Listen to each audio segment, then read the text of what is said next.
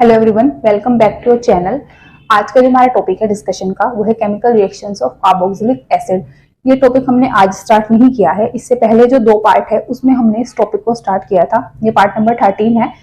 I think part 11 में हमने chemical reactions को स्टार्ट किया था। तो अगर आप पहली बार इस वाली वीडियो पे क्लिक कर रहे हैं तो इससे पहले आप बाकी जो पार्ट है इस वाले चैप्टर के उनसे एक बार गो थ्रू हो जाओ, क्योंकि आप अगर ऐसे रैंडम वीडियोस देखोगे तो ऐसे समझ नहीं आएगा। इसलिए पार्ट 1 से स्टार्ट करके सारी वीडियोस को आप रेगुलर बेसिस पे देखो, तब आपको ये वाला पार्ट जो है पार्ट नंबर 13 और ये वाला आज लास्ट पार्ट होने वाला है इस वाली यूनिट का, aldehyde ketones and carboxylic acids का। बीच में 1 वीक का गैप था इन वीडियोस के, वो रीजन सबको पता है कि फेस्टिवल सीजन था, तो इसलिए सिर्फ वीडियोस के बीच में इतना गैप आया। फिर से आपकी अब से वीडियो सारी क्या हो जाएगी, रेगुलर बेसिस पे हो जाएगी। तो आज जो हम डिस्कस करेंगे वो केमिकल रिएक्शंस को डिस्कस करेंगे। ये केमिकल रिएक्शंस हमने पहले क्योंकि डिस्कस कर ली थी, पहले इन द सेंस कि पहले हमने इसको स्टार्ट कर दिया था। अब जो पार्ट्स रहते हैं इसके सब पार्ट्स रहते हैं उसको आज हम डिस्कस कर लेते हैं। तो फिर से हमारा टॉपिक तो वही है, बट क्योंकि गैप बीच में आ गया है तो एक बार थोड़ा सा हम रिकॉल कर लेते हैं। Chemical reactions of carboxylic acids, ठीक है। क्या डिस्कस करते हैं? Chemical reactions of carboxylic acids. तो कार्बोक्सिलिक एसिड्स को हमने सब पार्ट्स के अंदर कैटेगराइज किया था इसका डिटेल डिस्कशन देखने के लिए। तो वहां पे हमने वो रिएक्शंस पढ़ी थी जिसमें क्लीवेज हुआ था। किसका क्लीवेज हुआ था? हमारे OH के बॉन्ड का, ठीक है। किसका क्लीवेज हुआ था? OH के बॉन्ड का, जिसमें हमने एसिडिटी के बारे में पढ़ा था, reaction with metal, with strong base, with weak base, वो सब डिस्कस किया था पूरा डिटेल में। उसके बाद हमें वो रिएक्शंस देखनी थी जिसमें बेसिकली क्लीवेज होएगा किसका? अब इस OH वाले बॉन्ड का। इसमें भी हमें जो रिएक्शंस देखनी थी वो कौन कौन सी देखनी थी कि एक तो हमने फॉर्मेशन करनी थी एनहाइड्राइड की, जो कि हम बेसिकली कर चुके हैं। फॉर्मेशन ऑफ एनहाइड्राइड ये हमारा कंप्लीट हो चुका है। उसके बाद हमें देखना था एस्टरिफिकेशन। एस्टरिफिकेशन भी मैंने आपको समझाया था विद मैकेनिज्म, क्योंकि एस्टरिफिकेशन इंपॉर्टेंट है, ये 2 से 3 बार अब तक आ चुका है, तो इसलिए हमने इसका मैकेनिज्म भी डिस्कस किया था। एस्टरिफिकेशन हो चुका था। अब यहाँ से जो बचता था, एक तो reaction with PCl3, PCl5, SOCl2 ये वाला पार्ट रहता है। दूसरा हमारा रहता था रिएक्शन विद अमोनिया।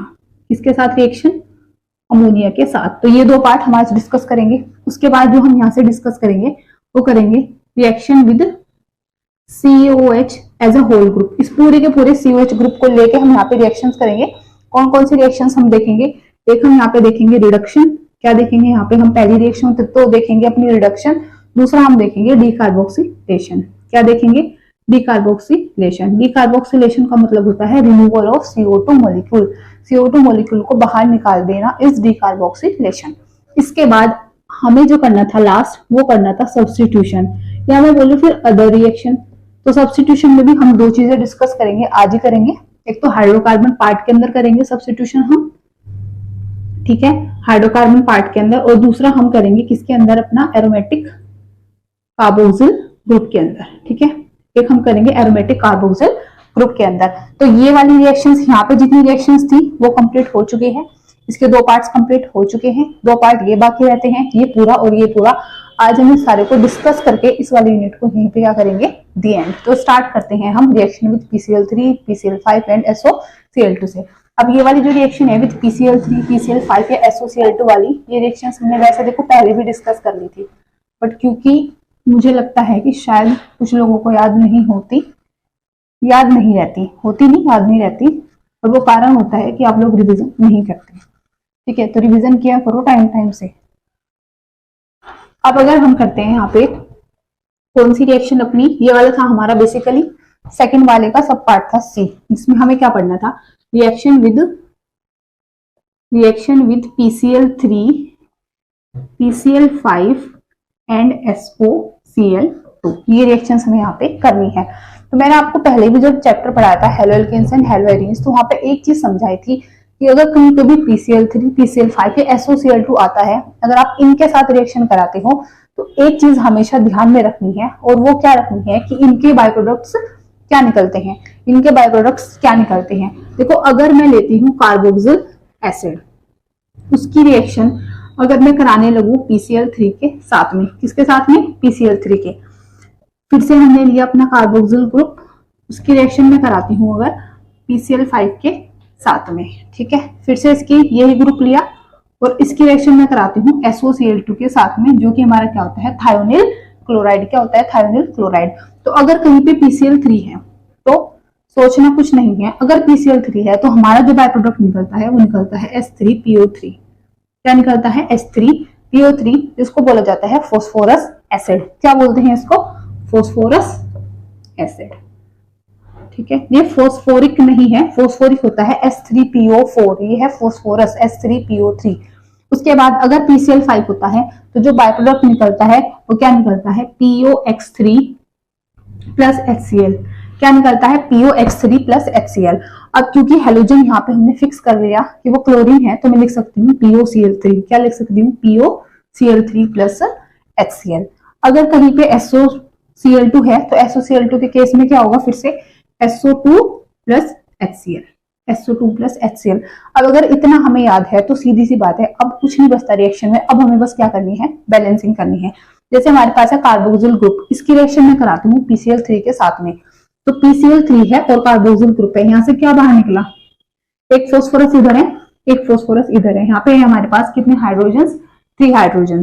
यहाँ पे अगर मैं नंबर ऑफ हाइड्रोजन देखूं तो कितना है, सिर्फ 1। तो बैलेंस करने के लिए हम यहाँ पे 3 से क्या कर देते हैं, मल्टीप्लाई। तो अब अगर यहाँ से 3 क्या निकले, हाइड्रोजन, ये रही, एक फोस्फोरस ये रहा, और ऑक्सीजन कितने हैं यहाँ पे, 1 2, तो 3 से मल्टीप्लाई किया तो कितने बचे, फोस्फोरस यहाँ पे कितने बचे, सॉरी ऑक्सीजन कितने बचे, 3 है ना। ये हमारे पास ऑक्सीजन एक ही है और एक ही है कार्बोनिल ग्रुप वाला, तो कितने बचते हैं हमारे पास यहाँ से, ऑक्सीजन सिर्फ 6 ऑक्सीजन बचते हैं। कितने बचते हैं, 6 ऑक्सीजन। और यहाँ पे हमारे पास जो ऑक्सीजन है वो कितनी है, सिर्फ 3 है। कितने हैं, सिर्फ 3 है। तो मतलब क्या है कि यहाँ से हमें जो प्रोडक्ट मिलेगा तो वो यहाँ से क्या मिलेगा, RC डबल बॉन्ड OCl। क्या मिल जाएगा, RC डबल बॉन्ड OCl। ठीक है, कैसे पता चला कि ये मिला, क्योंकि देखो फोस्फोरस एक ही रहा, एक ही रहा। उसके बाद यहाँ पे 2 और 3 ये 2 3 जा 6 मीन्स हमारे पास कितने थे, 6 ऑक्सीजन थे, जिसमें से 3 तो हमने यहाँ पे यूज कर लिए। तो कितने बचे, 3 बचे, और वो 3 कौन से, कार्बोनिल वाले, ये रहे। ठीक है, उसके बाद क्लोरीन कितने हैं यहाँ पे, 3, तो यहाँ पे भी क्लोरीन कितने हैं, 3। R ग्रुप कितने हैं यहाँ पे, 3, यहाँ पे भी कितने हैं, 3। मीन्स किया कुछ नहीं है, सिंपली मैंने यहाँ पे रिएक्शन को क्या किया है, बैलेंस। बस रिएक्शन को क्या किया है यहाँ पे, बैलेंस। तो हमें यहाँ पे क्या मिला है, एसिड क्लोराइड।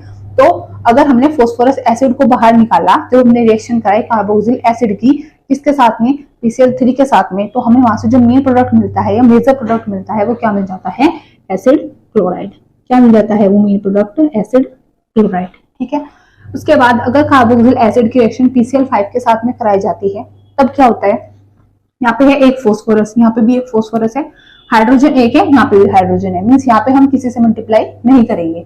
अब यहाँ पे ऑक्सीजन एक यूज है, यहाँ पे भी ऑक्सीजन का एक का यूज हुआ, ये वाला पार्ट बचा है। अब यहाँ पे हमारे पास कितने बचे हैं, 5 क्लोरीन है और एक R है, जिसमें से 3 क्लोरीन हमने इधर यूज कर लिए। तो बचा कितना हमारे पास, तो यहाँ से जो बचेगा वो बचेगा RC डबल बॉन्ड OCl। तो 3 और 1 4 क्लोरीन यूज हुई, एक ये बचा आपका, कितना हो गए टोटल 5। एक R ग्रुप इधर है, एक R ग्रुप इधर है, C डबल बॉन्ड O, एक क्लोरीन, क्लोरीन तो हो गए, चलो ऑक्सीजन, एक ये वाला ऑक्सीजन था और एक ये वाला, तो ये वाला तो ये रहा ऑक्सीजन, दूसरे वाला ये रहा ऑक्सीजन। मींस आपकी रिएक्शन यहाँ से क्या हो जाती है, बैलेंस आउट। अब अगर इस कार्बोक्सिल एसिड की रिएक्शन हम थायोनिल क्लोराइड के साथ में कराते हैं, SOCl2 के साथ में कराते हैं, SO2 आउट हुआ, सल्फर ऑक्सीजन और 2 ऑक्सीजन, ठीक है, एक ये और एक ये, हो गए 2 आउट। HCl एक क्लोरीन, ये हाइड्रोजन ये निकला, तो यहाँ से भी क्या बचा, RC double bond OCl। Means यहाँ से भी हमारा क्या निकलता है, एसिड क्लोराइड बाहर। तो तीनों केस में चाहे आप कार्बोक्सिल एसिड को रिएक्ट कराते हो PCl3 के साथ में, PCl5 के साथ में, या फिर थायोनिल क्लोराइड के साथ में, हर एक के केस में हमें एसिड क्लोराइड ही मिलेगा।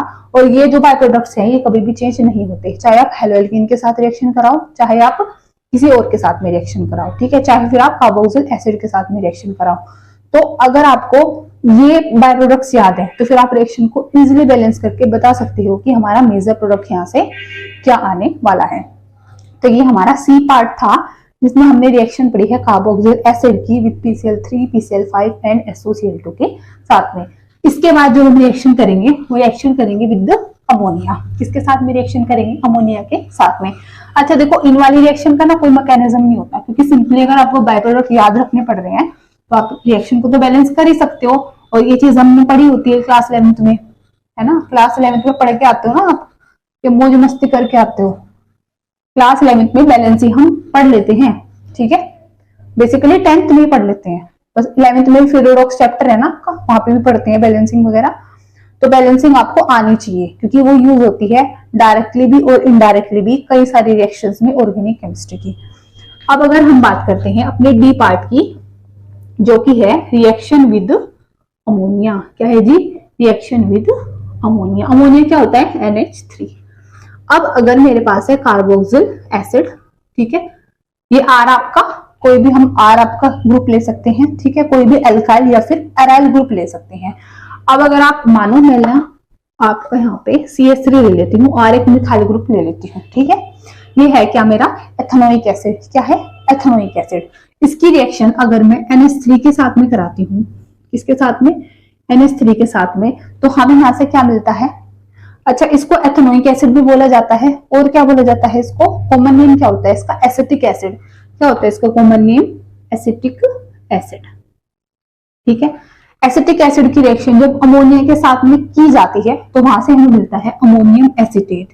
क्या मिलता है? अमोनियम एसीटेट, ठीक है जी। ये क्या है हमारा? Ammonium acetate. तो हुआ क्या कि एसिटिक एसिड की रिएक्शन जब आपने अमोनिया के साथ कराई तो वहां से आपको क्या मिला है? अमोनियम एसीटेट मिला है। फर्दर क्या होता है कि अब अगर फर्दर आप इसकी हीटिंग कराते हो, क्या कराते हो? हीटिंग, तो यहाँ से वाटर मॉलिक्यूल हो जाता है आउट। क्या हो जाता है? यहाँ से वाटर मॉलिक्यूल आउट और आपको मिल जाता है एसीटामाइड। क्या मिल जाता है यहाँ से? एसीटामाइड। घबराना बिल्कुल नहीं है, अभी मैं बताऊंगी रिएक्शन कैसे हुई है ना। ये मत सोचना कि हवा में उड़ गया सब कुछ, हवा में नहीं उड़ा है, रिएक्शन अभी हम देखेंगे। देखो आपके पास है कार्बोक्सिल एसिड और यहाँ पे आपके पास क्या है? अमोनिया। अब क्योंकि नाइट्रोजन जो है, नाइट्रोजन कौन से ग्रुप का एलिमेंट है? ये ग्रुप नंबर 15 का एलिमेंट है, 15 का। क्या होता है वो? न्यूज पेपर आज सब बिके। ये ट्रिक होते हैं ना ग्रुप नंबर 15 को याद करने की। न्यूज पेपर आज सब बिके मीन्स नाइट्रोजन आपका ग्रुप नंबर 15 का एलिमेंट है। तो इसके पास वैलेंस शेल में कितने इलेक्ट्रॉन्स होते हैं? 5 होते हैं। तो 3 तो इसने बॉन्ड बना रखे हैं, मीन्स एक इसके पास क्या बच रहा है? Lone pair. क्या बच रहा है? एक इसके पास लोन पेयर। यहाँ पे आपके पास है OH। इस OH को अगर आप देखो, अगर यहाँ पे पार्शियल चार्जेस का फैक्टर डेवलप होएगा तो ऑक्सीजन के ऊपर आना चाहिए पार्शियल नेगेटिव चार्ज और हाइड्रोजन के ऊपर क्या आना चाहिए? Partial positive charge. ये चीज आपको पता होगी, क्यों? क्योंकि ऑक्सीजन ज्यादा इलेक्ट्रोनेगेटिव है तो हाइड्रोजन से अपनी तरफ इलेक्ट्रॉन को पुश करेगा, जिसके कारण इस पे पार्शियल नेगेटिव और इसके ऊपर क्या आ जाएगा? पार्शियल पॉजिटिव चार्ज आ जाएगा। पॉजिटिव को देख के लोन पेयर क्या करेगा? क्या करेगा लोन पेयर? अपने इलेक्ट्रॉन्स को डोनेट कर देगा, जिसके कारण हमारे पास क्या बन जाएगा? Ammonium acetate. क्या बन जाएगा? Ammonium acetate. अब क्योंकि नाइट्रोजन के ऊपर से लोन पेयर गया तो नाइट्रोजन के ऊपर क्या आया है? पॉजिटिव चार्ज, और इसने इसके साथ में क्या बना लिया है? बॉन्ड बना लिया है। क्या बना लिया है? बॉन्ड। तो क्या बना हमारे यहाँ से? CH3 C double bond O, और क्या बन जाता है? NH4 positive. क्या बन जाता है? NH4 positive. अब हमें यहाँ से करना क्या है कि हमें यहाँ से वाटर के मॉलिक्यूल को आउट करना है। किसको आउट करना है? वाटर के मॉलिक्यूल को। तो अगर हम यहाँ से वाटर के मॉलिक्यूल को, अच्छा एक गड़बड़ हो गई आपका ना, ये बीच में रह गया ऑक्सीजन, सॉरी। ये ऑक्सीजन आएगा ना, ये ऑक्सीजन भी तो आएगा। अब इसने इसको दिया तो क्या बना? NH4 positive. तो ये बन गया ऑक्सीजन ही है ना बीच में, तो ऐसे लिखो अमोनियम एसीटेट। अब बना है वो अमोनियम एसीटेट, ठीक है। अब अगर हमने इसकी हीटिंग की तो यहाँ से क्या हो जाएगा? वाटर मॉलिक्यूल आउट हो जाएगा। अब वाटर मॉलिक्यूल देखो, 2 हाइड्रोजन यहाँ से गए, एक ऑक्सीजन ये गया, तो ये ऑक्सीजन बाहर आपने उड़ा दिया, 2 हाइड्रोजन उड़ा दिए, तो क्या बचा यहाँ पे? ये ग्रुप तो एज इट इज रहा, नाइट्रोजन भी रहा, और साथ में क्या बचे? यहाँ पे 2 हाइड्रोजन, जिसको आप क्या बोलते हैं? एसीटामाइड। क्या बोलते हैं इसको आप? एसीटामाइड, ठीक है। इसके बजाय अगर CH3 की बजाय आप यहाँ पे C6H5 ले लेते हो, तब क्या होता है? C6H5 मतलब आपने एक बेंजीन की रिंग बनाई और उससे अपना ग्रुप अटैच करा C डबल बॉन्ड OH। इसको आप क्या बोलते हो? Benzoic acid. क्या होता है ये? बेंजोइक एसिड, ठीक है। तो ये है हमारे पास बेंजोइक एसिड।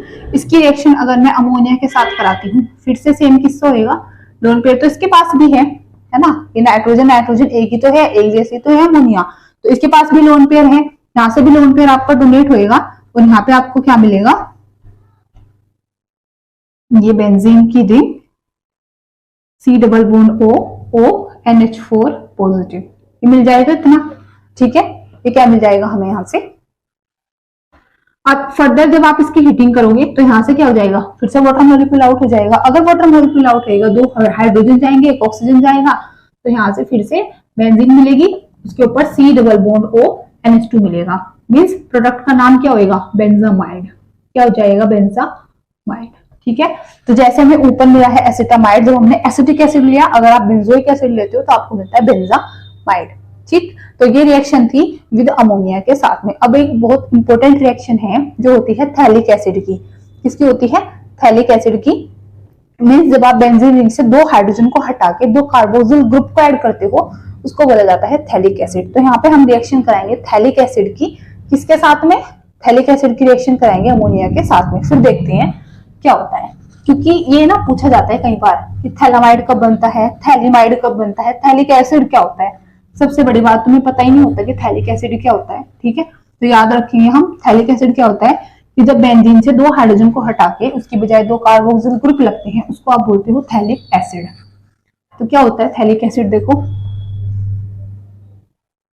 रिएक्शन ना आप साथ साथ लिखा भी करो अपने हाथों से, सिर्फ ये नहीं कि बस मैं ड्राइंग बनाई जा रही हूँ आप देखे जा रहे हो।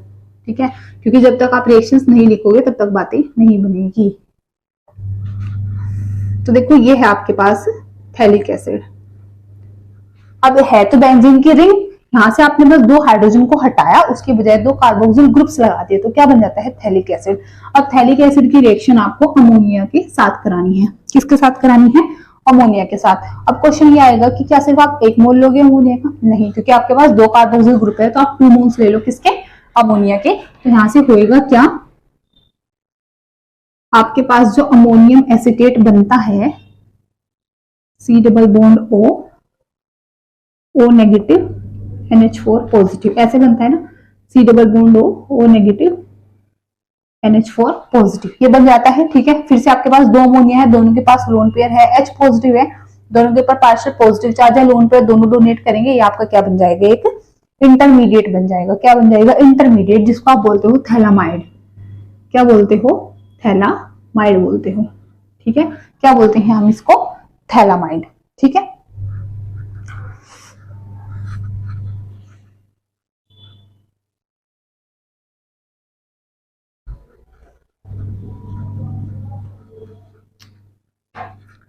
तो यहाँ पे हमारे पास जो थैलिक एसिड है, जो हम उसकी रिएक्शन कराते हैं वो 2 मोल्स ऑफ अमोनिया के साथ, 2 के लिए क्योंकि हमारे पास यहाँ पे दो कार्बोक्सिल ग्रुप है ना, इसलिए हमने कितने लिए हैं, 2 मोल्स लिए हैं अमोनिया के। तो यहाँ से जो हमें मिलता है बेसिकली वो क्या मिलता है कि C double bond O negative NH4 positive, C double bond O negative. Oxygen को ना बार बार हम भूल रहे हैं, और ऑक्सीजन को अगर गुस्सा आ गया ना तब भाई मचा देगा, क्योंकि इलेक्ट्रोनेगेटिव एलिमेंट है। ठीक है, तो ये बना हमारा। अब होता क्या है कि अब अगर आप इसकी हीटिंग करते हो तो हीटिंग करने से है ना आपको यहाँ पे 2 वाटर के मोलिक्यूल्स आउट होंगे, क्योंकि अगर एक कार्बोक्सिल ग्रुप होता है तो एक आउट होता है, यहाँ पे 2 है तो 2 हो जाएंगे आउट। अगर 2 हो जाएंगे दोनों से, तो जो हमें मिलता था ना बेंजामाइड, अब हमें अमाइड ग्रुप्स मिलेंगे 2 पोजिशंस पे। कहाँ पे, 2 पोजिशंस पे। अच्छा, ये जो हमारा बनता है यहां तक, इसको आप बोलते हो थैलामाइड। क्या बोलते हो, थैलामाइड। क्या बोलते हो उसको, थैलामाइड। लेकिन रिएक्शन यहीं पे नहीं रुकती, अगर आप इसकी स्ट्रॉन्ग हीटिंग करते हो, क्या करते हो आप, इसकी स्ट्रॉन्ग हीटिंग करते हो, आप इसको और ज्यादा हीट करते हो, तो यहाँ से होता क्या है कि एक अमोनिया क्या हो जाता है, आउट हो जाता है। अमोनिया का मोलिक्यूल मीन्स आपका NH3 यहाँ से हो जाता है आउट। अगर यहाँ से NH3 जाएगा तो क्या होगा, ये तो आप इस NH2 को भेजो इसके हाइड्रोजन के साथ, या इस NH2 को भेजो इसके हाइड्रोजन के साथ, तो फिर वहां से आपको क्या मिलता है, थैलीमाइड मिल जाता है। क्या मिल जाता है आपको, थैलीमाइड। देखो मैंने कुछ गलती तो नहीं करी इसको लिख के, ये बनेगा ना, जब आपने एक NH2 भेजा और एक हाइड्रोजन भेजा तो सिर्फ एक NH ग्रुप बचा ना, जिसको आप क्या बोलोगे, थैलीमाइड। क्या बोलोगे, थैलीमाइड बोलोगे। ठीक है, तो बहुत इंपॉर्टेंट रिएक्शन है कि कई बार पूछ लेते हैं कि थैलीमाइड कब बनता है, थैलामाइड कब बनता है, थैलिक एसिड क्या होता है। तो थैलिक एसिड की रिएक्शन जब आप 2 मोल्स ऑफ अमोनिया के साथ में कराते हो तो आपको बीच में ये अपना इंटरमीडिएट मिलता है। फर्दर जब आप इसकी हीटिंग कराते हो तो 2 वाटर के मोलिक्यूल आउट होकर आपको थैलामाइड देते हैं। स्ट्रॉन्ग हीटिंग और ज्यादा कराते हो तो अमोनिया आउट होकर वहां से हमें क्या दे देता है, थैलीमाइड। क्या दे देता है, थैलीमाइड। तो ये थी वो वाली रिएक्शन जिसमें कार्बन का जो था, कार्बन ग्रुप का OH के साथ में जो बॉन्ड ब्रेक होता है, तब ये वाली रिएक्शन है। ठीक है, इसके बाद जो फर्दर रिएक्शन है वो रिएक्शन है कि जब हम COH को एज अ होल ग्रुप लेते हैं, क्या लेते हैं हम, थर्ड जो हमारी रिएक्शंस थी कि हम COOH को एज अ होल ग्रुप के लिए लेते हैं, तब रिएक्शंस कौन सी होती है, रिडक्शन एंड आपकी डीकार्बोक्सिलेशन। कौन कौन सी होती है, रिडक्शन एंड डीकार्बोक्सिलेशन। तो थर्ड थी रिएक्शन जिसमें हमारे पास COH ग्रुप क्या करता है, होल इन्वॉल्व, पूरा का पूरा आपका इन्वॉल्व हो जाता है। ठीक है, तो यहाँ पे हम दो रिएक्शंस पढ़ेंगे, एक हम पढ़ेंगे रिडक्शन, दूसरा हम पढ़ेंगे डीकार्बोक्सिलेशन। कौन कौन सी, एक तो हम पढ़ेंगे रिडक्शन एंड दूसरा हम पढ़ जाएंगे कौन सा, डीकार्बोक्सिलेशन। ठीक है, रिडक्शन एंड डीकार्बोक्सिलेशन। अब देखो होएगा क्या, सबसे पहले तो ना अगर ये आप रिडक्शन वाली बात, ऑक्सीडेशन वाली बात देखो, तो मैंने अब तक आपको 10 बार ये बात बता दी, रिडक्शन क्या होता है, ऑक्सीडेशन क्या होता है ना। 1 डिग्री अल्कोहल को अगर ऑक्सीडाइज करोगे एल्डिहाइड देगा, 2 डिग्री को करोगे कीटोन देगा, फर्दर इन दोनों को करोगे कार्बोक्सिल एसिड देगा, उल्टी चेन घुमा दो रिडक्शन को हो जाएगा। ये चीज हमें पता होती है बट हम इग्नोर करते हैं, ध्यान नहीं रखते। तो क्योंकि अब आपको खुद पता चल गया होगा कि बार बार रिडक्शन ऑक्सीडेशन हर एक यूनिट के अंदर आ रहा है, तो आप इस चीज को अच्छे से पढ़ोगे, रिवाइज करोगे, ध्यान से सुनोगे भी। तो अगर मैं बात करती हूँ सबसे पहले रिडक्शन की, किसकी, रिडक्शन की। ठीक है, अब जो हमारी चेन होती है उस चेन को अगर आप दोबारा से देखो कि हमारे पास क्या होते हैं, हाइड्रोकार्बन्स। क्या होते हैं, हाइड्रोकार्बन्स। हाइड्रोकार्बन्स को अगर आप ऑक्सीडाइज कराते हो in the presence of oxidising agent, तो वहां से आपको मिलता है 1 डिग्री अल्कोहल या फिर 2 डिग्री अल्कोहल मिलता है। या फर्दर इसको ऑक्सीडाइज कराते हो किसके प्रेजेंस में, ऑक्सीडाइजिंग एजेंट के प्रेजेंस में, तो आपको 1 डिग्री अल्कोहल देता है एल्डिहाइड, 2 डिग्री दे देता है कीटोन देता है। फर्दर आप इसको ऑक्सीडाइज कराते हो in the presence of oxidising agent, तो आपको वो क्या देता है, कार्बोक्सिलिक एसिड। क्या देता है, कार्बोक्सिलिक एसिड। आप क्या देख रहे हो कि आपको हाइड्रोकार्बन से कार्बोक्सिलिक एसिड मिल रहा है, क्या मिल रहा है, कार्बोक्सिलिक एसिड मिल रहा है। ठीक है, अब यहाँ पे हमें कराना है रिडक्शन। तो अगर आपको रिडक्शन कराना है कि एक चीज तो ये है कि आपकी रिएक्शन एल्डिहाइड और कीटोन तक रुक जाए, एक बात है कि वो अल्कोहल्स तक रुक जाए। एसिड को अगर मैं कार्बोक्सिलिक एसिड लेती हूँ और इसका मैं रिडक्शन कराती हूँ इन द प्रेजेंस ऑफ LiAlH4, जो कि क्या होता है आपका सबसे स्ट्रॉन्ग रिड्यूसिंग एजेंट होता है, लिथियम एल्यूमिनियम हाइड्राइड। ठीक है, तो LiAlH4 आपका एक्सपेंसिव भी होता है और सबसे बेस्ट रिड्यूसिंग एजेंट भी होता है, और क्या होता है, स्ट्रॉन्ग रिड्यूसिंग एजेंट होता है। तो कार्बोक्सिल एसिड को जब स्ट्रॉन्ग रिड्यूसिंग एजेंट के साथ में ट्रीट कराया जाता है तो वो एल्डिहाइड या कीटोन्स नहीं देता, वो हमें क्या देगा, वहां से अल्कोहल देगा। क्या देगा वो वहां से हमें, अल्कोहल। ठीक है, तो वहां से हमें क्या मिल जाएगा, अल्कोहल मिल जाएगा। अब क्या सिर्फ हम LiLH4 को ही ले सकते हैं, नहीं, हम डाइबोरेन को भी ले सकते हैं, B2H6 को। तो फर्स्ट पार्ट में तो आप इन दोनों में से कोई भी क्या ले लोगे, रिड्यूसिंग एजेंट ले लोगे, और फिर आप इसकी एसिडिक मीडियम में हाइड्रोलिसिस करा दोगे, तो आपको क्या मिल जाएगा, अल्कोहल मिल जाएगा। क्या मिल जाएगा, अल्कोहल मिल जाएगा। मींस हमारी रिएक्शन यहाँ से अब यहाँ पे आ गई। यह एल्डिहाइड और कीटोन वाला हमने बीच में क्या कर दिया, किस्सा ही खत्म। क्यों, क्योंकि रिड्यूसिंग एजेंट है हमारा स्ट्रॉन्ग। अगर आप वीक लोगे तब एल्डिहाइड और कीटोन बनेगा, स्ट्रॉन्ग ले रहे हैं तो क्या बन रहा है हमारा, 1 या फिर 2 डिग्री अल्कोहल। ठीक है, तो कार्बोक्सिल एसिड को जब हमने रिड्यूस कराया इन the presence of the strong reducing agent LiLH4 या फिर डाइबोरेन, तो हमें क्या मिल जाते हैं, अल्कोहल। अब क्वेश्चन ये आता है कि क्या डाइबोरेन जो है वो सबको रिड्यूस करता है, सबको रिड्यूस नहीं करता। एस्टर्स जो होते हैं उनको रिड्यूस नहीं करता, एक आध ग्रुप और होता है जिसको रिड्यूस नहीं करता, तो सबको डाइबोरेन रिड्यूस नहीं करेगा, लेकिन हाँ कार्बोक्सिल एसिड को ये रिड्यूस कर देगा। तो ये हमारी रिएक्शन थी सिंपली रिडक्शन की, कि अगर आप कार्बोक्सिल एसिड को रिड्यूस कराते हो in the presence of strong reducing agent that converted to alcohol. ठीक है जी, ये रिडक्शन हुआ कंप्लीट। इसके बाद अब हमारे पास जो सेकंड रिएक्शन थी वो थी डीकार्बोक्सिलेशन। क्या है वो, डीकार्बोक्सिलेशन। तो डीकार्बोक्सिलेशन में होता क्या है कि जब भी आप सोडियम सोल्ट लेते हो कार्बोक्सिल एसिड का, क्या लेते हो, sodium salt of carboxylic acid लेते हो, उसको आप रिएक्ट कराते हो सोडा लाइम के साथ में, किस रेशो में, 3:1 में, तो वहां से क्या होता है, डीकार्बोक्सिलेशन हो जाता है। क्या हो जाता है वहां पे, डीकार्बोक्सिलेशन मींस CO2 मॉलिक्यूल क्या हो जाता है, रिमूव आउट। कैसे होता है वो तो हम देख लेंगे कि अगर हमने सोडियम सोल्ट लिया है कार्बोक्सिलिक एसिड का, क्या लिया है, sodium salt of carboxylic acid, इसकी रिएक्शन में करा रही हूँ किसके साथ में, सोडा लाइम के साथ में। आप बोलोगे सोडा लाइम क्या है, सोडा लाइम देखो क्या होता है, सोडा लाइम बोला जाता है NaOH और CaO को, ठीक है। सोडियम हाइड्रोक्साइड और कैल्शियम ऑक्साइड जो होता है इनका मिक्सचर, इसको बोलते हैं सोडा लाइम।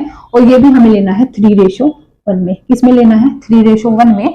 तो जब हम sodium salt of carboxylic acid की रिएक्शन कराते हैं किसके साथ में, डायरेक्ट चलो खैर लिख देते हैं NaOH एंड CaO के साथ, जो 3:1 में होता है। तो यहाँ से क्या होता है, CO2 मॉलिक्यूल हमारा आउट हो जाता है। क्या हो जाता है, यहाँ से CO2 मॉलिक्यूल आउट हो जाता है। हमारे यहाँ पे क्या बन जाता है, हाइड्रोकार्बन प्लस Na2CO3 यहाँ से बाय प्रोडक्ट की तरह बाहर, ये तो होता ही है, ठीक है, प्लस CO2 भी हमारा आउट हो जाता है। और ये यहाँ पे क्या बन जाता है, हाइड्रोकार्बन की एक चेन, ठीक है। तो क्या होता है डीकार्बोक्सिलेशन रिएक्शन, डीकार्बोक्सिलेशन रिएक्शन में जब भी आप सोडियम सोल्ट लेते हो कार्बोक्सिलिक एसिड का, उसके रिएक्शन कराते हो सोडा लाइम के साथ, तो वहां से आपको हाइड्रोकार्बन मिलता है। CO2 तो आउट होएगा क्योंकि डीकार्बोक्सिलेशन है, साथ में आपको Na2CO3 भी क्या हो जाता है, वहां से आउट हो जाता है। रिएक्शन हुई कैसे है ना, थोड़ा सा समझ भी लेते हैं। तो RC डबल बॉन्ड ONA, ये हमारे पास क्या है, सोडियम सोल्ट है कार्बोक्सिलिक एसिड का। इसकी रिएक्शन में किसके साथ करा रही हूँ, NaOH एंड CaO के साथ। तो अगर मैं आपको ऐसा दिखाऊं तो ये पूरा का पूरा हो जाता है आउट, ठीक है। और यहाँ से क्या बचा, R और H, आपका हाइड्रोकार्बन प्लस Na2, 2 Na है, ठीक है, C, एक C और ऑक्सीजन कितने हैं 3, मीन्स Na2CO3, क्या निकल जाता है Na2CO3 बाहर। तो ये क्या थी आपकी डीकार्बोक्सिलेशन रिएक्शन, ठीक है। ये इसका आपको ऐसा कोई मैकेनिज्म की जरूरत नहीं है, इतना समझा बस, ठीक है, ठीक है। ये होता है आपका डीकार्बोक्सिलेशन रिएक्शन। में समझना है कि डीकार्बोक्सिलेशन का मतलब क्या है। अगर आपके पास सोडा लाइम आ जाता है, ठीक है, और साथ में कार्बोक्सिल ग्रुप आ जाता है, तो आपको करना क्या है, वहां से वो चीज आपको याद रखनी है, ठीक है। तो डीकार्बोक्सिलेशन में क्या हुआ, हमारा CO2 का मॉलिक्यूल क्या हो जाता है, आउट। इसके बाद अब हमें जो रिएक्शन करनी है वो करनी है सब्स्टिट्यूशन रिएक्शन। कौन सी रिएक्शन करनी है, सब्स्टिट्यूशन रिएक्शन। सब्स्टिट्यूशन में भी हम दो पढ़ेंगे, एक तो हाइड्रोकार्बन के अंदर सब्स्टिट्यूशन करेंगे, एक करेंगे हम एरोमेटिक रिंग के अंदर, ठीक है। तो देखो फोर्थ जो लास्ट है हमारा ये अब सब्स्टिट्यूशन रिएक्शन, क्या है, सब्स्टिट्यूशन रिएक्शन। तो सब्स्टिट्यूशन रिएक्शन भी ना आप दो पार्ट्स में करा रहे हो, एक तो हाइड्रोकार्बन पे पार्ट पे करा रहे हो, एक तो आप हाइड्रोकार्बन पार्ट पे करा रहे हो, दूसरा आप एरोमेटिक रिंग में करा रहे हो अपनी, ठीक है। तो हाइड्रोकार्बन पार्ट में जो हम कराएंगे उसको हम बोलेंगे हैलोजिनेशन रिएक्शन। क्या बोलेंगे, हैलोजिनेशन रिएक्शन। और स्पेसिफिक अगर आप मेन रिएक्शन बोलते हो तो वेरी इंपॉर्टेंट HVZ रिएक्शन या फिर हेल-वोल्हार्ड-जेलेंस्की रिएक्शन। तो अब अगर मैं हैलोजिनेशन की बात करती हूँ, ये हैलोजिनेशन डर मत जाना आप, बस क्या है हैलोजिनेशन कुछ नहीं है, इसी को बोला है हाइड्रोकार्बन पार्ट में जो हम कराएंगे उसी को हम जो सब्स्टिट्यूशन कराएंगे उसको हम हैलोजिनेशन यहाँ पे बोल रहे हैं, ठीक है। हैलोजिनेशन या फिर मैं लिखती हूँ मेन रिएक्शन है HVZ या हेल-वोल्हार्ड, ये HELL है, ठीक है, हेल-वोल्हार्ड-जेलेंस्की रिएक्शन, ठीक है। ये है आपकी मेन रिएक्शन। तो पहले तो ये समझो कि कंडीशन क्या है HVZ रिएक्शन के लिए। क्या कोई भी कार्बोक्सिल एसिड या कोई भी कार्बोक्सिल ग्रुप इस रिएक्शन को दे देता है, नहीं। इसके लिए एक प्राइमरी या मैं बोलूं एक नेसेसरी कंडीशन है, वो क्या है कि वो कार्बोक्सिल ग्रुप्स जिनके पास अल्फा हाइड्रोजन है सिर्फ वो ही HVZ रिएक्शन को देंगे, या सिर्फ वहीं पे आपके पास हैलोजन सब्स्टिट्यूट होएगा, अदरवाइज नहीं होएगा। दोबारा रिपीट करते हैं कि हेल-वोल्हार्ड-जेलेंस्की रिएक्शन क्या होती है। इस रिएक्शन के अंदर सब्स्टिट्यूशन होता है अल्फा हाइड्रोजन का, किससे, हैलोजन से। अल्फा हाइड्रोजन को होता है किससे, हैलोजन से होता है, या हम बोल सकते हैं कि अल्फा हैलोजिनेशन यहाँ पे होता है, तो उसको बोला जाता है हेल-वोल्हार्ड-जेलेंस्की रिएक्शन। अब सपोज करो कि आपके पास अल्फा हाइड्रोजन नहीं है कार्बोक्सिल ग्रुप के अंदर, तो क्या फिर रिएक्शन पॉसिबल होगी, तो बिल्कुल नहीं होगी। एग्जांपल अगर मैं लूं, देखो ये है आपके पास फॉर्मिक एसिड, क्या है, फॉर्मिक एसिड। अब ये कार्बोक्सिल ग्रुप है, देखो क्या इसके बगल में अल्फा हाइड्रोजन है। अब चीख के हाँ मत बोल देना, क्योंकि ये इसी का हाइड्रोजन है ना, कि इसी का तो हाइड्रोजन है ना इस वाले कार्बन का, 1 2 3 4 बॉन्ड बना रखे हैं इसमें, तो ये तो इसी का हुआ ना हाइड्रोजन, तो ये अल्फा हाइड्रोजन नहीं है। दैट मीन्स यहाँ से एक चीज समझ आए कि फॉर्मिक एसिड जो होते हैं they can't undergo HVZ reaction, वो HVZ रिएक्शन नहीं देते हैं या नहीं दे सकते हैं। बट हाँ, अगर मैं इसकी बजाय CH3COOH, ये ग्रुप ले लूं, ये कार्बोक्सिल ग्रुप है। इसके बगल वाला कार्बन, इसका पड़ोसी कार्बन अल्फा कार्बन, उस पे जितने हाइड्रोजन वो सारे क्या है, अल्फा हाइड्रोजन। तो यहाँ पे अल्फा हाइड्रोजन क्योंकि है तो आराम से HBz रिएक्शन यहाँ पे हो सकती है। होती किसकी प्रेजेंस में है, इसकी प्रेजेंस में होगी। यहाँ पे आप लेते हो X2 लेते हो बेसिकली आप इन the presence of red phosphorus, sorry, आप X2 लेते हो किसकी प्रेजेंस में, रेड फोस्फोरस की। X2 आपका या तो Cl2 हो सकता है या फिर क्या हो सकता है, Br2 हो सकता है। तो अल्फा पोजीशन पे जो हाइड्रोजन है वो यहाँ पे क्या हो जाएंगे, सब्स्टिट्यूट हो जाएंगे। तो क्या बन जाएगा, CH2XCOOH सिंपली। ये आपका क्या होता है, यहाँ पे मेन प्रोडक्ट होता है कि जो अल्फा हाइड्रोजन है उसको क्या हुआ है, यहाँ पे हेलोजिनेशन हुआ है या सब्स्टिट्यूशन हुआ है। मैं बोलूं हाइड्रोजन हटके क्या लग गया, हेलोजन लग गया। ठीक है, अब क्वेश्चन ये आता है कि क्या एक ही हेलोजन लगेगा। देखो वो डिपेंड करेगा उस सिचुएशन पे कि आपने X2 कितने लिए हैं। अगर आपने 1 मोल लिया है तो एक ही हाइड्रोजन हटेगा। आप 2 या 3 लेते हो तो फिर ऐसे आपके हाइड्रोजन हटते जाएंगे, नंबर ऑफ हाइड्रोजन रिप्लेस होते जाएंगे विद दी हेलोजन। ठीक है, तो ये होती है हमारी हेल्महोल्ट्ज-जेलेंस्की रिएक्शन या फिर HBz रिएक्शन। ये बात याद रखेंगे, सिर्फ वो देंगे जिनके पास अल्फा हाइड्रोजन होंगे। जैसे फॉर्मिक एसिड के पास नहीं होता अल्फा हाइड्रोजन तो फिर ये गलती नहीं करेगा इस रिएक्शन को देने की, क्योंकि इसके पास अगर अल्फा हाइड्रोजन नहीं है तो रिएक्शन को नहीं दे सकता। ये थी हमारी वेरी इंपॉर्टेंट हेल्महोल्ट्ज-जेलेंस्की रिएक्शन, जिसको आप बोलते हो HBz रिएक्शन भी इन शॉर्ट। दूसरा हमें जो करना है, अब एरोमेटिक के अंदर सब्स्टिट्यूशन करना है। ठीक है, अब देखो जैसे आपने हेल्वेरिन्स पढ़ा था, हेल्वेरिन्स में हमने इलेक्ट्रोफिलिक सब्स्टिट्यूशन रिएक्शन कराया था, है ना। फिर हमने फिनोल्स के अंदर रिएक्शन कराई थी। तो वहां पे हमने एक चीज क्या देखी थी कि जितनी भी हम रिएक्शंस करा रहे थे उन रिएक्शंस में क्या हो रहा था कि ज्यादातर जो आपके इलेक्ट्रोफाइल्स थे वो ऑर्थो या फिर पैरा पोजीशन पे आके बैठ रहे थे, है ना। मतलब वो ऑर्थो पैरा डायरेक्टिंग थे। अगर मैं साफ सीधी बात करूं कि वो ऑर्थो पैरा डायरेक्टिंग थे। बट अगर मैं बेंजोइक एसिड लेती हूँ, मैं बोलूँ कि मैं एरोमेटिक कार्बोक्सिल ग्रुप लेती हूँ, तो उसके अंदर अगर मेरे को इलेक्ट्रोफिलिक सब्स्टिट्यूशन रिएक्शन करानी है तो वो कौन सी पोजीशन पे होगी, क्या वो ऑर्थो पैरा पे होगी या फिर वो मेटा पोजीशन पे होगी। अब आप बोलोगे कि हम ऐसे तो नहीं बता पाएंगे देख के, तो देख के नहीं बता पाएंगे तो कैसे बता पाएंगे कि आप इसके रेजोनेटिंग स्ट्रक्चर्स बना लो, है ना। क्योंकि अगर हम इसके रेजोनेटिंग स्ट्रक्चर्स बना लेंगे तो वहां से हमें एक आइडिया लग जाएगा कि अगर ऑर्थो और पैरा पे इलेक्ट्रॉन की डेंसिटी बढ़ेगी, ठीक है, इलेक्ट्रॉन की डेंसिटी बढ़ेगी या कम नहीं होगी ऑर्थो और पैरा पोजीशन पे, तो इलेक्ट्रोफाइल वहां पे आके अटैक कर जाएगा। बट अगर वो चीज फिर मेटा पे हुई कि मेटा पे इलेक्ट्रॉन की डेंसिटी बढ़ी या कम ना हुई तो फिर इलेक्ट्रोफाइल वहां पे आके अटैक करेगा। अब आप ऐसे देख के तो नहीं बता पाओगे, इसके लिए हम क्या करते हैं, रेजोनेटिंग स्ट्रक्चर्स को ड्रॉ कर लेते हैं, फिर वहां से क्या करेंगे, इलेक्ट्रोफिलिक सब्स्टिट्यूशन रिएक्शन इसके अंदर करा के देखेंगे। ये हमारे पास क्या है, COH ग्रुप, ठीक है। और COH ग्रुप का नेचर क्या है, कैसा है इसका नेचर, इलेक्ट्रॉन विथड्रॉइंग। कैसा है ये, इलेक्ट्रॉन विथड्रॉइंग है। आप बोलोगे कैसे पता इलेक्ट्रॉन विथड्रॉइंग है, तो देखो पता करने के लिए आपको पहले पूरी स्ट्रक्चर को खोल के देखना पड़ेगा। कैसे, C डबल बॉन्ड OOH ये है। एक चीज आपको पता है कि आपके पास है ये कार्बोनिल ग्रुप, क्या है, कार्बोनिल ग्रुप। जहां पे भी कार्बोनिल ग्रुप है वहां पे एक चीज तो पक्की है कि ऑक्सीजन पे जाएगा नेगेटिव चार्ज, कार्बन पे क्या जाएगा, पॉजिटिव चार्ज। क्या जाएगा, पॉजिटिव। कार्बन के पास है इलेक्ट्रॉन की डेफिशिएंसी, हुई डेफिशिएंसी, कुछ ये OH ग्रुप बैठा है, ऑक्सीजन ये भी इलेक्ट्रॉन अपनी तरफ खींचेगा, तो कार्बन तो क्या हो गया, गरीब हो गया, है ना। बट इसके पास चांस है अमीर बनने का। क्या करेगा, ये ट्रेडिंग करेगा। क्या करेगा ये ट्रेडिंग नहीं करेगा, ये क्या करेगा, ये इलेक्ट्रॉन की डेंसिटी लेगा इस बेंजीन रिंग से। कैसे लेगा, मीन्स यहाँ पे डीलोकलाइजेशन होएगा इलेक्ट्रॉन्स का ऐसे, ठीक है। क्योंकि अगर कहीं पे भी पॉजिटिव चार्ज, नेगेटिव चार्ज या फिर लोन पेयर्स होते हैं वो आराम से नहीं बैठते, उनको होता है खुराफाती दिमाग, वो क्या करते हैं, डीलोकलाइज, वो करते हैं रोटेट। तो double bond CO negative OH।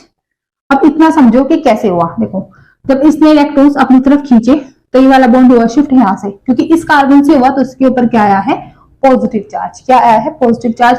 यहाँ पे इलेक्ट्रॉन गए तो उसका पॉजिटिव चार्ज हट गया, मीन्स नेगेटिव आया होगा तो पॉजिटिव नेगेटिव ने क्या बना लिया था, न्यूट्रल। तो ये स्ट्रक्चर बनी हमारी, ठीक है, फर्स्ट रेजोनेटिंग स्ट्रक्चर्स। अब पॉजिटिव चार्ज फिर से एक जगह पे नहीं बैठेगा, डीलोकलाइजेशन होएगा, तो यहाँ पे हमारे पास क्या बन जाएगा, ये बॉन्ड्स, यहाँ पे positive charge double bond COHO negative हुआ इतना।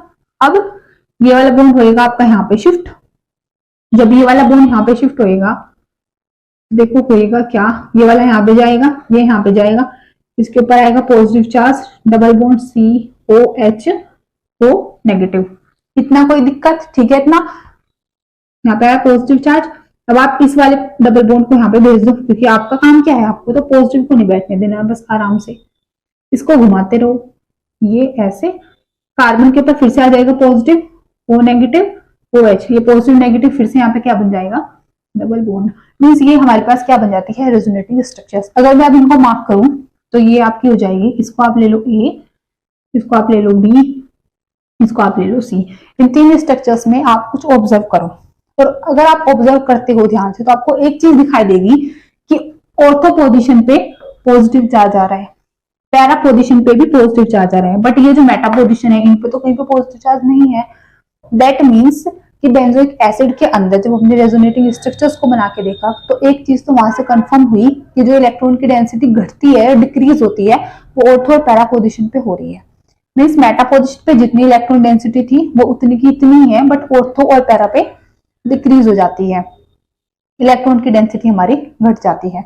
अगर इलेक्ट्रॉन की डेंसिटी ऑर्थो और पैरा पोजीशन पे कम हुई, अब आप खुद सोचो कि वो इलेक्ट्रोफाइल जिसके पास पहले से इलेक्ट्रॉन की कमी है, क्या वो आएगा ऑर्थो पैरा पोजीशन पे? बोलो, क्या वो आएगा ऑर्थो पैरा पोजीशन पे? वो कभी नहीं आएगा, क्योंकि ऑर्थो पैरा पे भी इलेक्ट्रॉन्स की कमी है, इलेक्ट्रोफाइल भी आपका इलेक्ट्रॉन डेफिशिएंट है। ठीक है, तो फिर वो इलेक्ट्रोफाइल कौन सी पोजीशन पे आएगा? वो आएगा आपका मेटा पोजीशन पे। इसलिए बोलते हैं कि जब बेंजोइक एसिड के अंदर हम इलेक्ट्रोफिलिक सब्स्टिट्यूशन रिएक्शन कराते हैं तो वो मेटा डायरेक्टिंग होती है, ना कि ऑर्थो और पैरा डायरेक्टिंग। रीजन क्या है? एक सिंपल सा रीजन है कि आप रेजोनेटिंग स्ट्रक्चर्स को बनाओ और उसको बस क्लियर करो। अगर आपको रेजोनेटिंग स्ट्रक्चर्स बनानी आ गई, आप आराम से बता दोगे कि चल क्या रहा है। ठीक है, तो ऑर्थो पैरा पे क्योंकि इलेक्ट्रॉन की डेंसिटी घट रही है, तो आपकी अब सारी जो इलेक्ट्रोफाइल आके अटैक करेंगे वो करेंगे मेटा पोजीशन पे। ठीक है, तीन बात। तो अब अगर मैं आपको इसमें रिएक्शंस करा के दिखाऊं, इलेक्ट्रोफिलिक सब्स्टिट्यूशन, मैंने आपको सल्फोनेशन, नाइट्रेशन ये बहुत बार करा दी है ना, हेलोजिनेशन। तो यहाँ पे मैं आपको सिर्फ दो रिएक्शन पढ़ाऊंगी, सिमिलर वही है सारी, करना कुछ नहीं है कि अगर आप यहाँ पे क्या कराते हो, हेलोजिनेशन कराते हो, suppose Br2 in the presence of FeBr3। ठीक है, तो हेलोजिनेशन कराते हो, यहाँ से Br2 में क्या होगा, आपका पॉजिटिव में जाएगा, एक नेगेटिव में जाएगा, किसके प्रेजेंस में, FeBr3 की प्रेजेंस में। अब हमें पता है क्योंकि मेटा डायरेक्टिंग है तो हमारा जो इलेक्ट्रोफाइल है वो कौन सी पोजीशन पे आ जाएगा, बिल्कुल सिंपल सी बात है, वो आ जाएगा मेटा पोजीशन पे। तो ये बन जाएगा हमारा यहाँ से प्रोडक्ट। पहले हमने जो रिएक्शंस पढ़ी थी बाकी हेलोजेंस वाले चैप्टर में, उसमें कहाँ पे आता था, ऑर्थो और पैरा पे। फिनोल में भी ऑर्थो पैरा पे आता था इलेक्ट्रोफाइल, क्योंकि वो इलेक्ट्रॉन डोनेटिंग नेचर के थे। बेंजीन रिंग के ऊपर जो ग्रुप्स थे, ये है इलेक्ट्रॉन विदड्रॉइंग, तो यहाँ पे उससे क्या हो रहा है, अपोजिट हो रहा है। फिर अगर आप इसकी रिएक्शन कराते हो विद कंसंट्रेटेड HNO3 या और साथ में H2SO4 के साथ में, बेसिकली आप यहाँ पे अगर नाइट्रेशन कराते हैं, ठीक है, क्या कराते हैं, नाइट्रेशन कराते हैं, तो NO2 ग्रुप आपका कहाँ पे आ जाएगा, फिर से मेटा पोजीशन पे।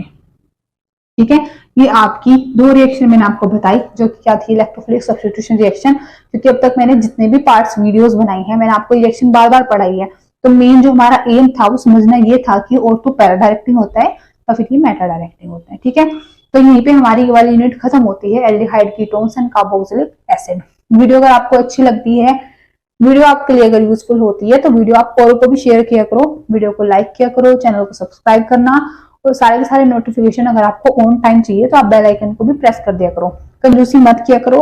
अगर आप थोड़ी सी हेल्प मेरी करना चाहते हो या औरों की भी करना चाहते हो, तो वीडियो को ज्यादा से ज्यादा आप लोग शेयर किया करो। ठीक है, जो ऐसे नहीं कि शेयर आप, मैं बोलूँ कि आप सबको ही शेयर करो, बट हाँ कि जो आपको लगता है कि जो पढ़ेंगे या जिनके लिए यूजफुल है उनको मत शेयर करो, जिनके कोई काम की नहीं है उनको तो क्या ही शेयर करना, बट हाँ जिसके लिए यूजफुल हो सकती है उसका वीडियो को शेयर भी किया करो। अच्छा, ये हमारी यूनिट 3rd थी ऑर्गेनिक के अंदर, ऑर्गेनिक केमिस्ट्री के अंदर, क्लास 12th की। इसके बाद में आपको अमीन्स यूनिट स्टार्ट करा दूंगी, जो कि यूनिट 4 हो जाएगी। अमीन्स ज्यादा बड़ा नहीं है, वो हम जल्दी ही खत्म कर लेंगे, 3 से 4 दिन में लगभग। अमीन्स खत्म होते ही फिर हम बायोमोलिक्यूल्स पढ़ेंगे, पॉलीमर्स पढ़ेंगे, और ये चैप्टर होते ही हमारी पूरी की पूरी ऑर्गेनिक केमिस्ट्री खत्म हो जाएगी क्लास 12th की। उसके बाद फिर हम पार्ट 1 करेंगे, और पार्ट 1 में ज्यादा टाइम नहीं लगता, क्योंकि आपको भी पता है ऑर्गेनिक थोड़ी सी टफ होती है, बाकी से बच्चों को लगती है कि टफ है, एक्चुअली में होती नहीं बट लगती है। बट बाकी जो अदर चैप्टर है उसमें आपको इतना दिमाग नहीं लगाना पड़ेगा ना, वहां पे इतनी प्रैक्टिस करनी पड़ती, तो वहां पे हमें टाइम भी कम लगेगा, तो आपको जो सिलेबस है वो टाइम पे कवर हो जाएगा। इसलिए ज्यादा से ज्यादा वीडियो को आप शेयर करो ताकि सबके पास ये वीडियोस पहुंच जाए। Thank you so much.